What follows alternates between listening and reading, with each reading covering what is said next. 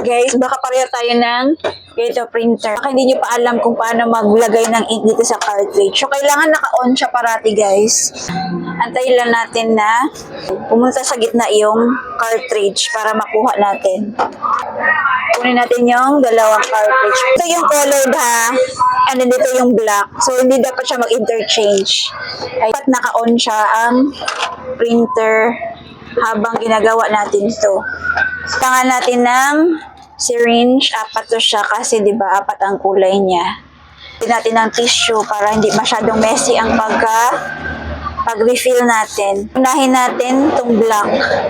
Yung black kasi mas madali. Dapat guys nakaganito siya, patayo siya. Ayan, patayo siya pag-refill natin. Una guys, medyo hassle siya sa akin pero hanggang natutunan ko na talaga siya. Yung madali na lang siya sa akin ba. Kung nakabisado ko na siya, sa katagalan makakabisado mo rin naman siya. Black kasi kasi di ba may Xerox pa. So, normally yung Xerox parating black and white. So, mas madali lang maubos ang black. So, hanggang 5 ml siya guys. Hanggang 5 ml ang pagre-refill nyo dito. So, meron siyang butas dyan sa pang-5. So, lagay mo lang sa iyong needle sa pang-5 na merong butas dyan na maliit. Ayan. Oh. And then, ayan. Dapat nakatayo guys ha. I-refill natin siya ganyan. Tak-tak natin siya. Para makakon talaga siya. Mapuno natin siya ba? Para matagal-tagal mo pa siyang magamit. So, sure mo lang siya na ganyan. Para walang tagas ba. Mura lang kasi 'di ba ang Canon guys. Mas mura talaga siya sa Epson. Pero in fairness naman sa Epson, 'di ba? Mas hassle-free 'yun siya. Pero kung masasanay ka na naman guys, okay lang naman. Worth it naman yung pagbili mo dito.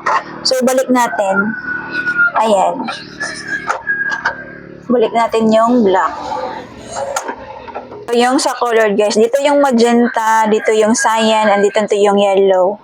Dito, 3 ml lang dito guys. 3 silang kulay sa isang cartridge. So, tag 3 ml lang. Makakuan talaga siya.